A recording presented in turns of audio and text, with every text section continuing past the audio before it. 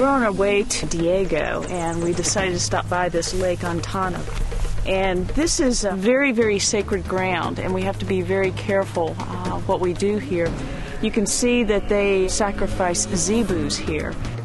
This could be for any kind of sacred ceremony or juru, which is their term for a prayer.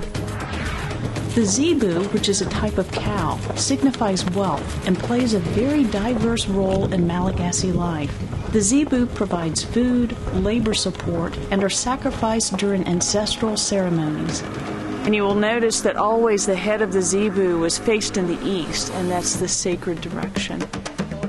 The Malagasy people not only revere their elders in life, but in death. They believe that their ancestors appealed to God on their behalf, and that the relationship from life continues on after death. This reverence for the elderly translates into strong familial relationships. The locals here believe that the crocodiles within this lake contain the spirits of their ancestors.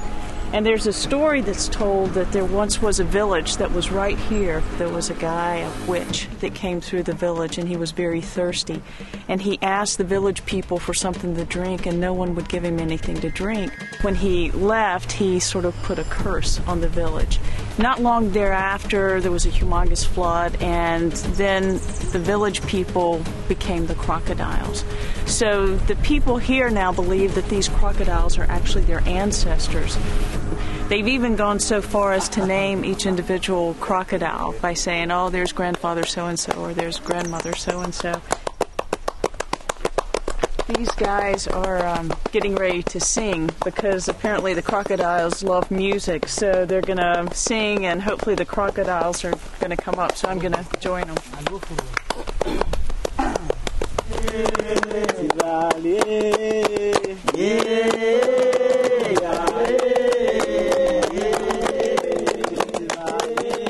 They started singing and clapping, and it took a few minutes, but then I saw a crocodile probably about 30, 40 feet out, and I was just like, oh my God, it's working. And then there was a second one, and we didn't even have any meat or anything to entice them, so it was strictly the music and the connection between the two that called them in. We've called the crocodiles in, and we didn't have any zebu meat, so one of the guys biked all the way into town and bought some meat, and we're going to feed the crocodiles now, so they're going to sing and feed the meat.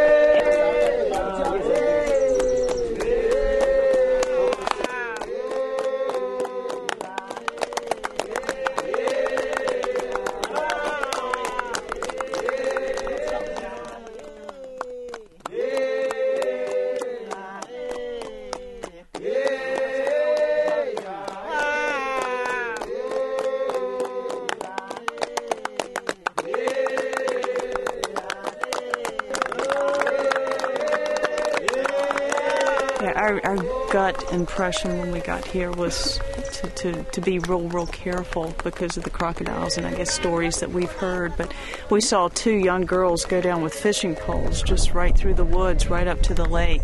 So they respect them and they know that they can do harm, but there is such a love and such a respect for them because they are their ancestors. They don't have the fear that we often do.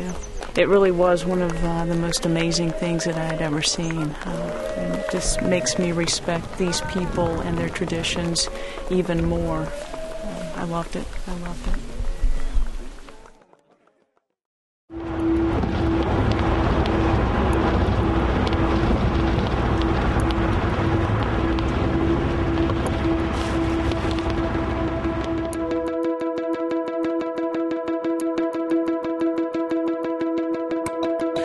At the village of Ampapamen, and this area was not easy to get to.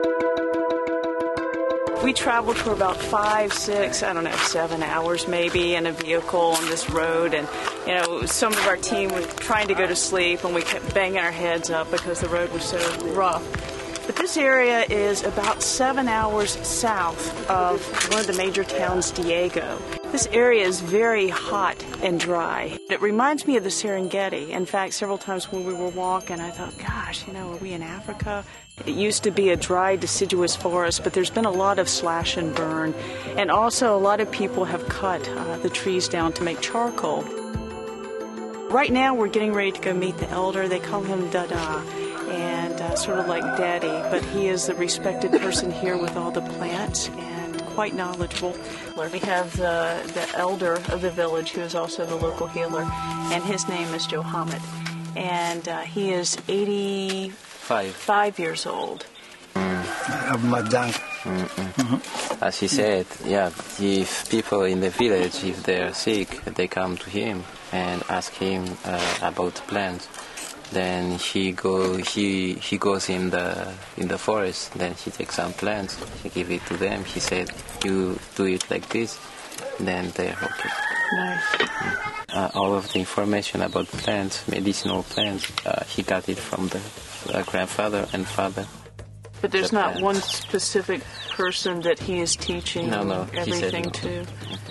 Is just specifically with the herbs, or does he also ask his creator for guidance to heal? Yeah, he pray. He asked the creator to help heal. And also, if someone is sick, of course, they need the creator to work also through the plants. As we walked with the healer, the surprises of the landscape made Madagascar even more charming and complex. We started out in dusty, grassy fields, then came upon a dry, shriveled forest, and within minutes we found ourselves surrounded by lush green rice paddies. Trees are cleared here for two primary reasons: agriculture and fuel. Because there's no electricity, wood is the primary fuel.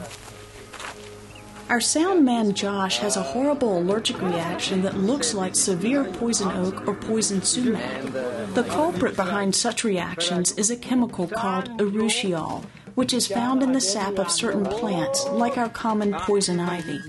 The oil of urushiol binds to almost anything, such as clothing, pet fur, and human skin.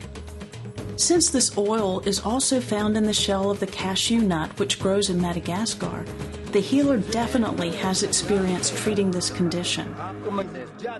And you can use this plant, this one, and you pound it, and then you press it to get the juice.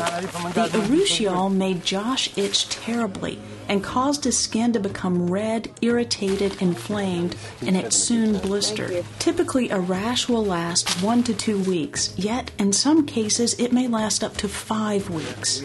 Johamed led us on a journey as we searched and collected the plants that he later meticulously ground in his mortar and pestle. All right, medicine for Josh. Yeah, this is.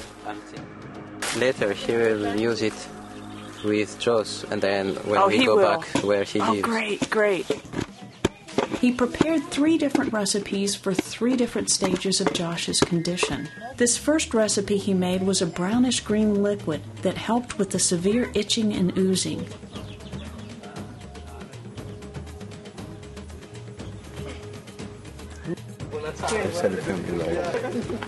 Two days later, he used a different combination of plants that helped with the drying stage. So it is a different plant than what he used. And finally, his third recipe was a yellow mixture, which interestingly contained a root called turmeric that finished healing the area and restoring Josh's skin to normal and without scarring. That looks so much better, Josh. As I watched Johamed leave, a sadness came over me. I realized more than ever that as a traditional healer and elder, he is one of the most threatened species on Earth. And unless something changes soon, this library of wisdom and knowledge will be lost forever.